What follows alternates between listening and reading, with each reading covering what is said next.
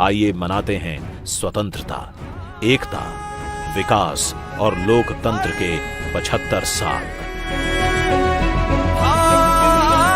2022 में भारत अपनी आजादी के 75 साल पूरे करेगा।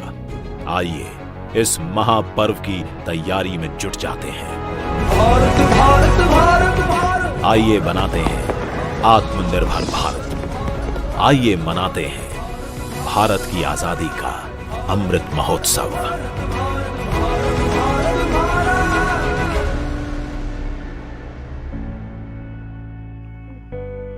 नालसा ने अमृत महोत्सव को एक ऐसे अवसर के रूप में लिया जिसमें देश के सुदूर कोने में रहने वालों से मिलकर उनका हाल जाना जा सके, उनकी समस्याओं से देश को अवगत कराते हुए उनका निराकरण कराया जा सके।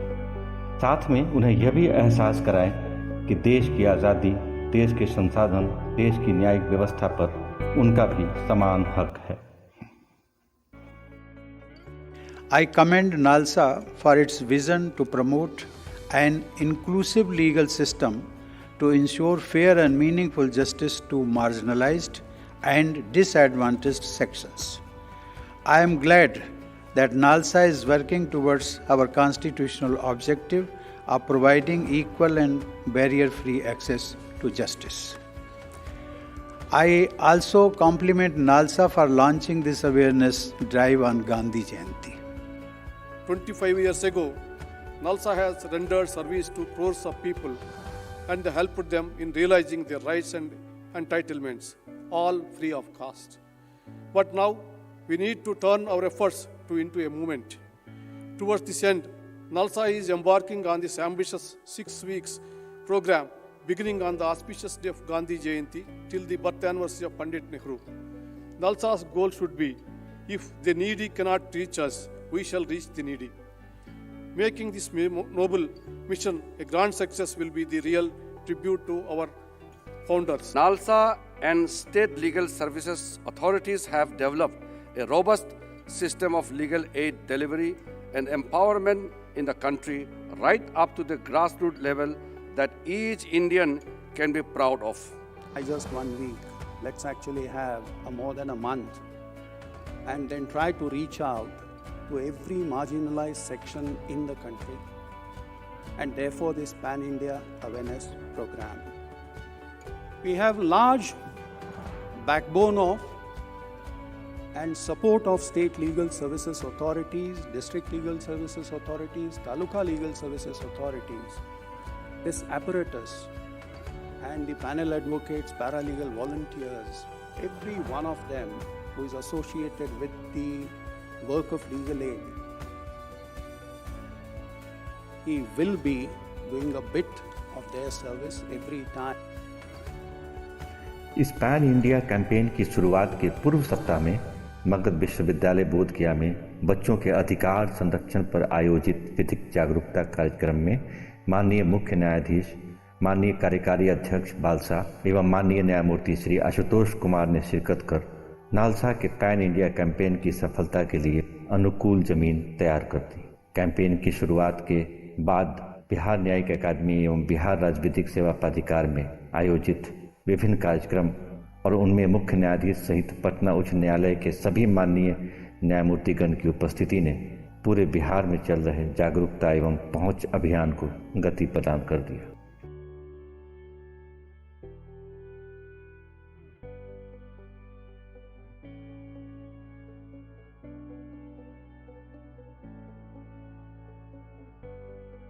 आज़ादी का Amrit Mahotsav. Ambedkar and Gandhiji said, we have achieved political azadi, economic and social azadi. It is an ongoing process. It is not, we are not celebrating 75 years of independence only for 45 days. It is a lifetime mission. NALSA has taken up activities and events to commemorate the 75th year of India's independence under Azadi Ka Amrit Mahotsav. The aim of the legal awareness and outreach campaign is to empower the masses and especially the weaker and marginalized section of the society to make them aware of their rights and entitlement under the law and helping them to actualize their entitlements as well as to make them aware. माननीय न्यायमूर्ति श्री संजय करोल, मुख्य न्यायाधीश सह मुख्य संरक्षक के प्रेरक नेतृत्व एवं माननीय न्यायमूर्ति श्री अश्विनी कुमार सिंह के प्रभावी मार्गदर्शन में बिहार राज्य विधिक सेवा प्राधिकार ने नालसा के इस अभियान के उद्देश्यपूर्ण क्रियान्वयन में अपनी पूरी शक्ति लगा दी। पैनल अधिवक्ता, पीएलवी, छात्र, आंगनबाड़ी कार्यकर्ता, डाकिया इत्यादि सभी की सहभागिता ने इसे एक आंदोलन का रूप दे दिया, जिसकी झलक हमें गांधी जयंती से ही दिखने लगी।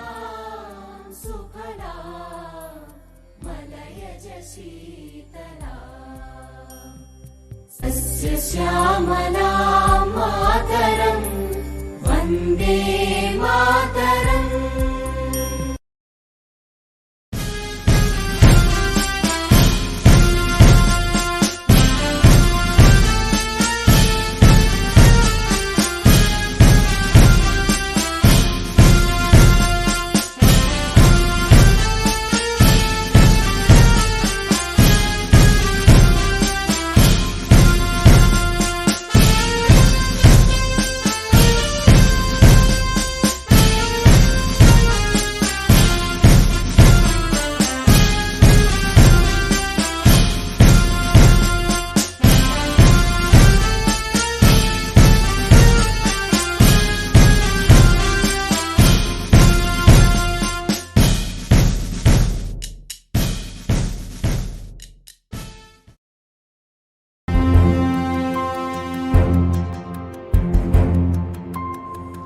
आंगन में चम चम चम के न्याय का रोशन तारा, यही संकल्प हमारा, यही संकल्प हमारा।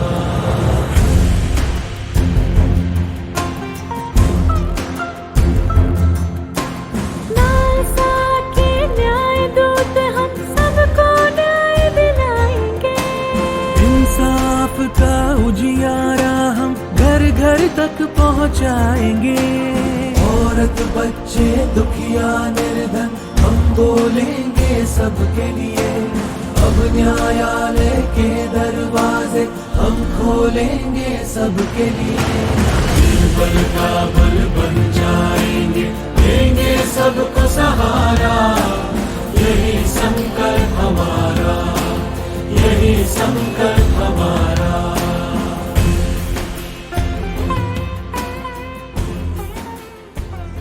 आवश्यक सूचना, पूरे भारतवर्ष में आजादी का अमृत महोत्सव दिनांक 2 अक्टूबर से लेकर 14 नवंबर 2021 तक मनाया जा रहा है और बच्चों को प्रदान की जाने वाली मुफ्त विधिक सहायता के बारे में जानकारी दी गई।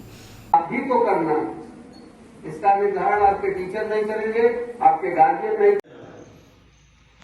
यदि नहीं देते हैं तो 30 से 60 दिन के बाद, 30 दिन के बाद मुफ्त में प्राप्त करने के लिए, ठीक है। अगर कभी किसी प्रकार से केस मुकदमा में फंस जाते हैं और आपको सुविधा, कानून से सुविधा अगर चाहिए आपके पास,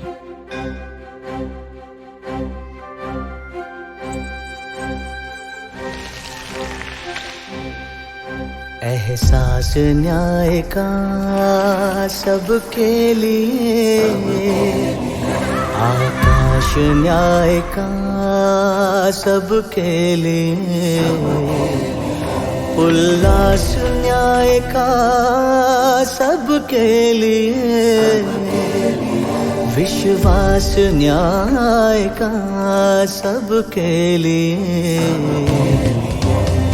अपने इस हिंदुस्तान पर हक हमारा भी तो है, इंसाफ के इस आशिया पर हक हमारा भी तो है। एक मुट्ठी आसमां पर हक हमारा भी तो है, एक मुट्ठी आसमां पर हक हमारा भी तो है।